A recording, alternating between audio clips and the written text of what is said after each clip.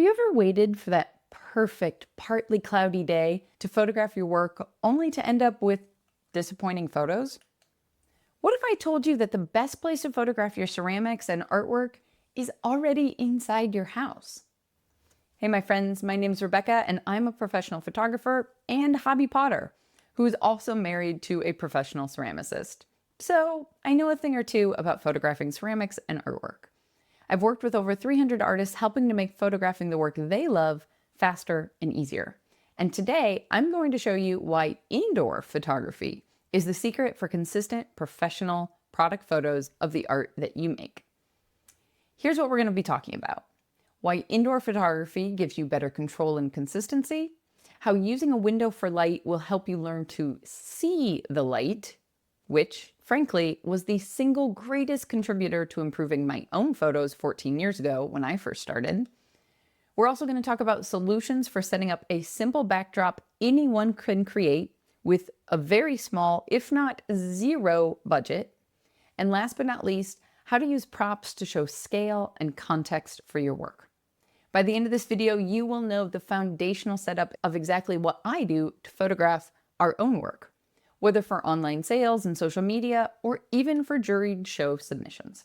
Before we get into it all, you should know that I've created a free product photography foundations guide, and you can download that right now from the link in the description. It covers everything we're going to talk about in this video, plus some bonus tips that will help you get started right away. So click the link below to download that now, and you won't have to worry about taking notes that may or may not make sense to you later on. Let's start with why indoor photography is a game changer, especially for makers trying to fit all of this in around an already busy schedule. You don't really have time to wait for Mother Nature to agree to your calendar plans. Am I right?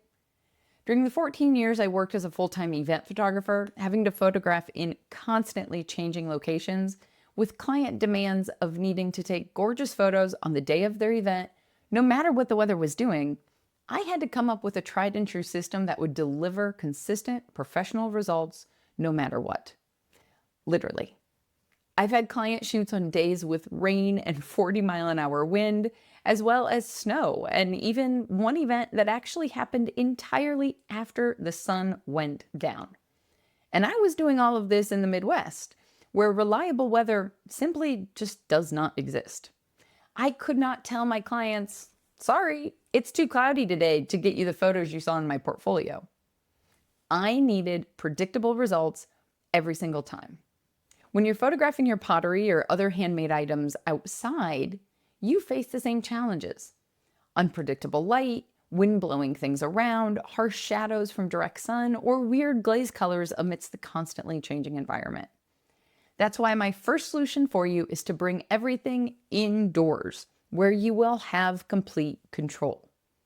Now, before we go further, let me mention, if you're already thinking, I don't have window light in my basement studio, or I do all of this at night after my day job, everything I'm about to talk about with this window light, you can also do with a video light.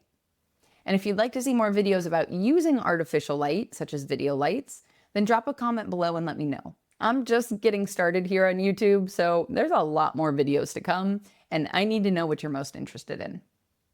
All right, so we're going to start with a window. Small, big, doesn't matter. If you are convinced you don't have a convenient location anywhere next to a window, then consider doing everything I'm about to explain near an open door, or even popping up a folding table in a garage and raising the garage door. Essentially, you want a roof. And by having a roof, you are forcing the sun to only come from one direction. By doing this, you are effectively giving yourself that perfect overcast day all of the time, no matter what the weather actually is. And if you happen to be using a north or a south-facing window, you can do this literally any time of day. But don't get hung up on that, though. If you only have east or west-facing windows, it is not a problem. You'll just want to avoid sunrise or sunset, as the sun would be coming directly through those east or west-facing windows at that time. And what we want is indirect light. Now, this might sound contrary to a lot of what you've heard before when it comes to taking good photos. But this is exactly why my tips on this channel specifically are focused on the challenges faced by potters and other artists.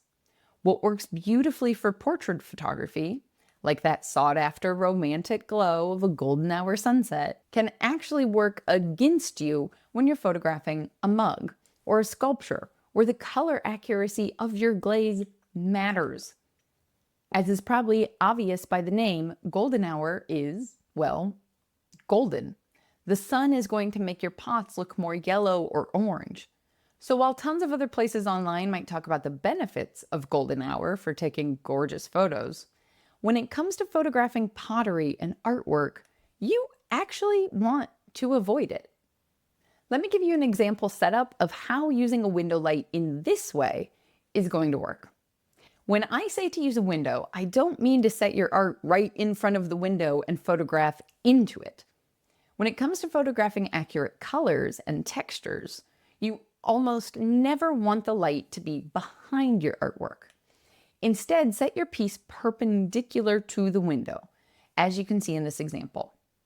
You might adjust this angle a little bit, depending on your own stylistic preferences, but we're going to get more into that in point number 2 in a second.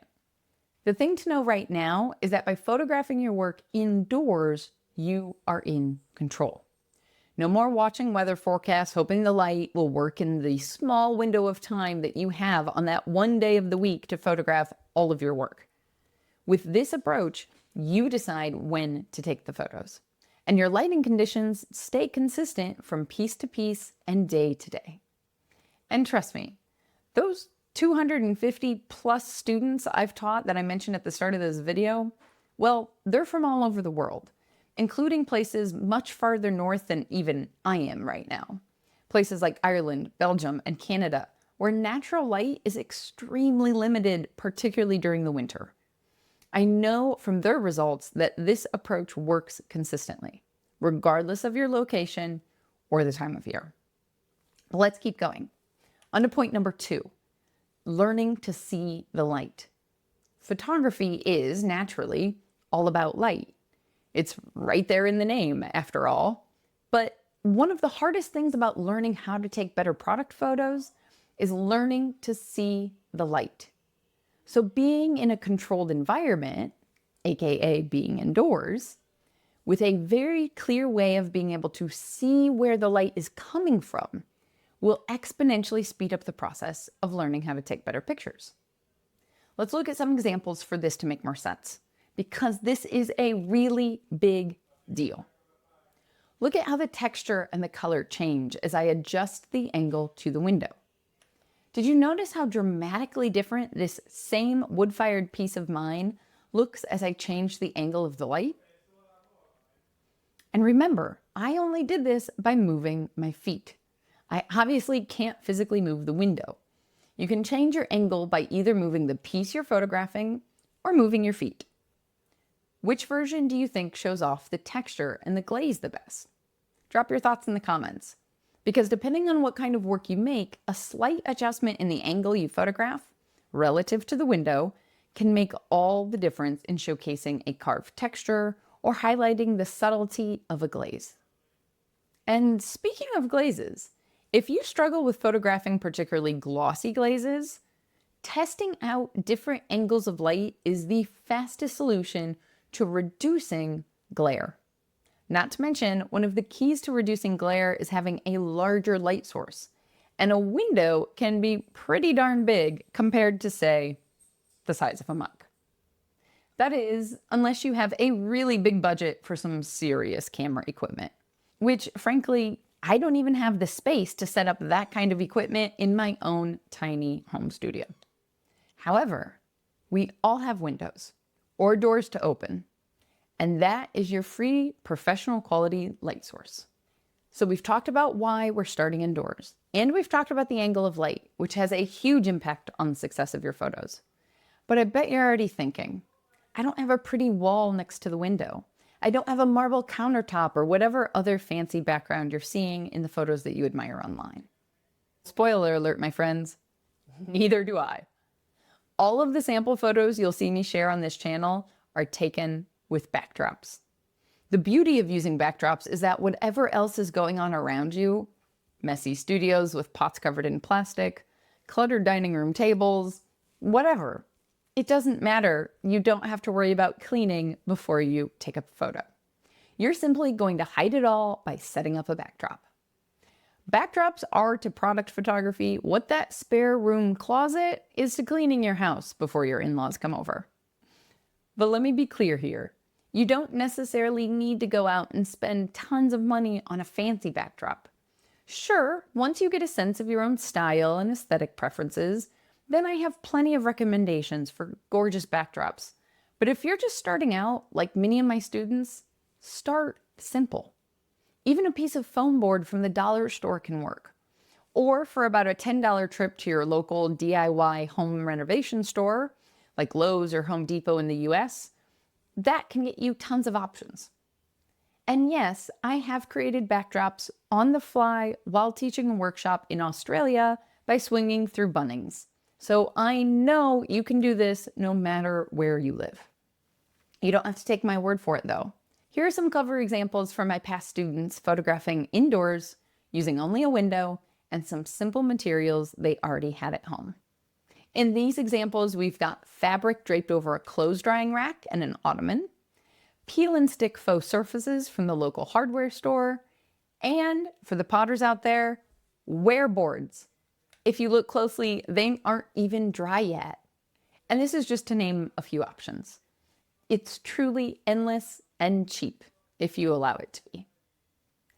Now, if you're just looking to take straight on simple shots of your artwork for juried shows or gallery submissions, you can stop the video right here. That's all you need.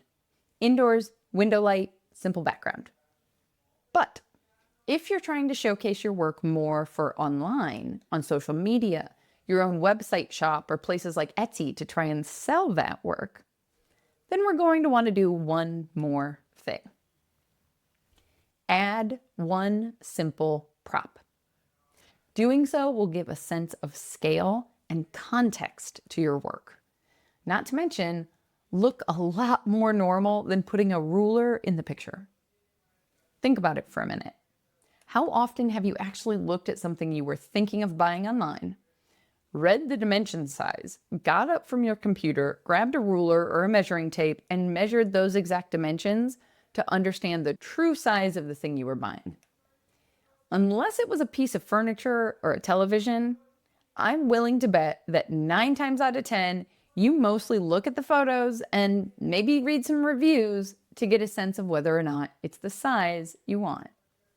Am I right?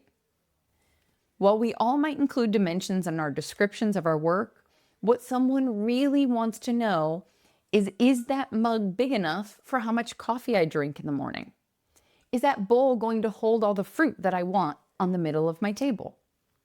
These questions have less to do with the mathematically true size and more to do with personal use.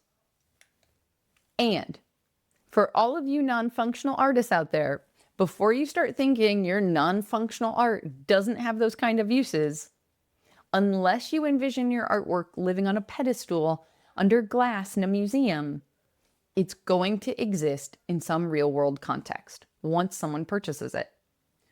So where do you envision it living? For functional pieces like mugs or bowls, think about how they'll be used. A few coffee beans, a small spoon, or even your favorite morning breakfast item placed next to it gives viewers a sense of size and purpose.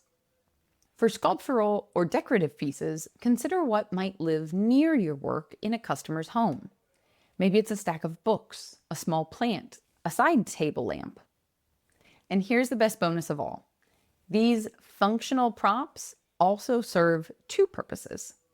They show the scale better than any ruler could, but they also help your customers imagine owning your piece. But that sales psychology is a conversation for another day. And there will be another day because I'm only just getting started here on YouTube. I have plenty more videos in the works full of tips for taking better photos of your art, whether you use a cell phone or a regular camera. So hit that subscribe button wherever it's going to be located so you don't miss what's coming up. Until that next video, if you're ready to transform your product photography, taking better, more consistent, professional looking photos in less time, then be sure to download my free product photography foundations guide from the link in the description. It breaks down everything we covered today into simple steps that you can follow right away. I hope this helps you get started with the strongest foundation for taking better photos of your work that you love to make. I'm sure there's still plenty of questions about glare and glossy glazes, particularly large pieces of artwork, or even how to photograph flat things like plates. There are tons of variables when it comes to learning photography. And I promise you the fastest way to improve is to tackle one thing at a time. So download that guide so you can start with the right foundation, which will make adding all those other complexities in the future a lot easier. There's so much more to come, my friends. So until next time, go get back to making your dreams a reality, because together, we've got this.